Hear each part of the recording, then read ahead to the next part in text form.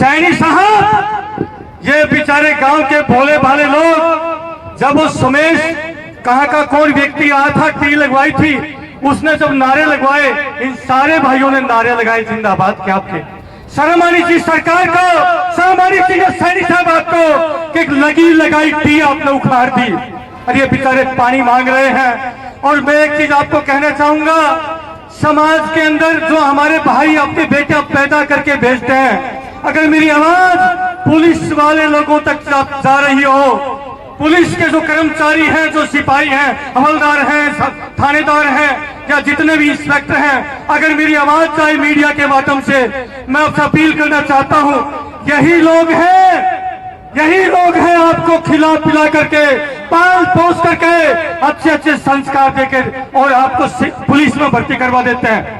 और कहीं कहीं तो अपने किले बेच करके, अपनी जमीन बेच करके भी आपको नौकरी तक पहुंचाते हैं। लेकिन आज सबसे बड़ी बात मैं पूछना चाहता हूं, आज अगर सबसे बड़ा रोड़ा, सबसे बड़ी रुकावट अगर कोई है, तो आपके और नेताओं के बीच में एक पुलिस प्रशासन नाम की चीज है। क्या मैंने माया खो दी है?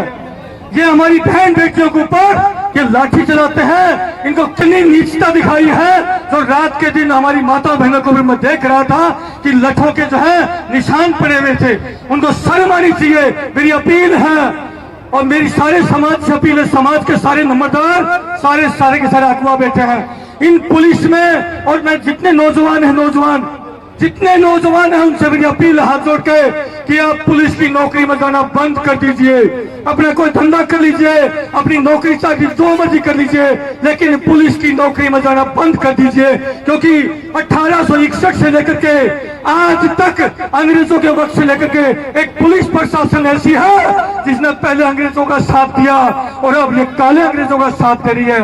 मेरी प्रार्थना है साथियों, एक अपील करने आया था, जब सीमा पर जवान खड़ा होता है, अरे जवान आपका किसान का बेटा होता है, किसी धन्ना सेठ के घर से नहीं जाता या किसी नेता के घर से नहीं जाता, आपके संस्कार लेके जाते हैं। अगर गोली खाते हैं तो सीने पर खाते हैं साथियों।